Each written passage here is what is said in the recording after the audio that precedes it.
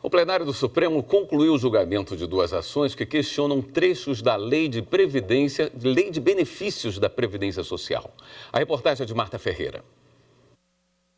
As ações questionam dispositivos da Lei de Benefícios da Previdência Social.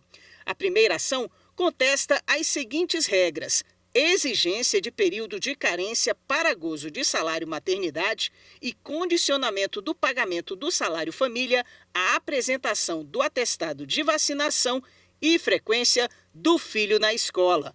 A segunda questiona o chamado fator previdenciário, que nada mais é do que uma fórmula que aumenta o valor da aposentadoria conforme o tempo de contribuição.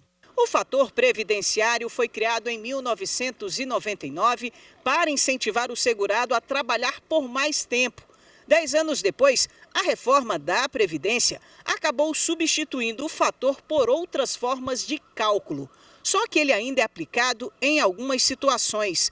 Em discussão, se os segurados do regime de transição poderiam optar pela regra do regime definitivo, caso a regra de transição trouxer prejuízos. O relator das ações, ministro Nunes Marques, votou pelo não conhecimento dos pedidos e pela constitucionalidade dos dispositivos questionados.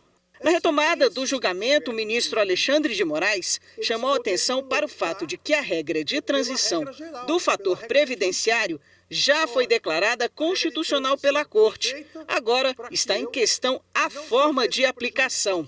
Moraes, então, votou pela constitucionalidade dos dispositivos em discussão, entendendo que não repercute no recurso da revisão da vida toda. Eu concluo aqui no sentido de que é constitucional também,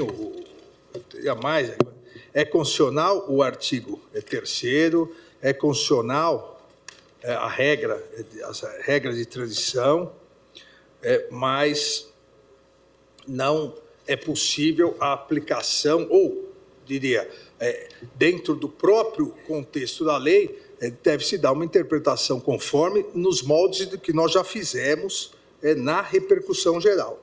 Ou seja, uma interpretação conforme no sentido de que o segurado que implementou as condições para o benefício previdenciário após a vigência da Lei 9876, de 99, e antes da vigência das novas regras constitucionais, tem o direito de optar pela regra definitiva. É só isso que ele quer, caso lhe seja mais favorável. O ministro Cristiano Zanin votou pela constitucionalidade da lei, mas diz que se aplica a revisão da vida toda.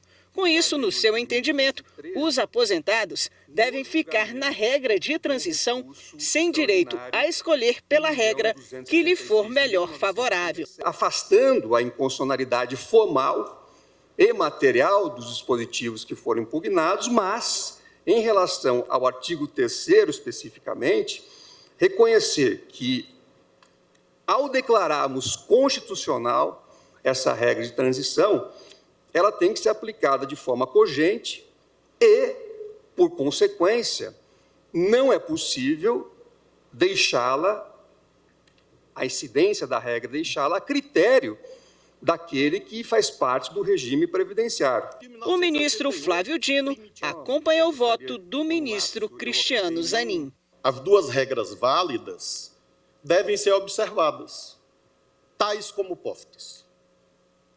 Tais como o legislador definiu há 2 décadas e meia atrás. Uma é a situação objetiva regida pelo artigo 3º.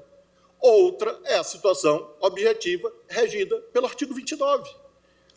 E não há ali nenhum suporte, tampouco na Constituição, tampouco no conceito de direito transitório, para nós criarmos um terceiro regime jurídico que jamais existiu no direito brasileiro. A sessão plenária terminou agora há pouco. Nós vamos conversar ao vivo com a repórter Marta Ferreira, que atualiza as informações para a gente. Marta, boa noite. Boa noite, William. Boa noite a todos. Na segunda parte da sessão, votaram os demais ministros. Quanto à questão do salário maternidade, o plenário, por maioria, decidiu que não haverá carência para receber o benefício. Quanto à questão da regra de transição, o plenário, também por maioria, decidiu que o segurado não pode optar pela regra definitiva, se cabível, a regra de transição. William. Obrigado pelas informações, Marta.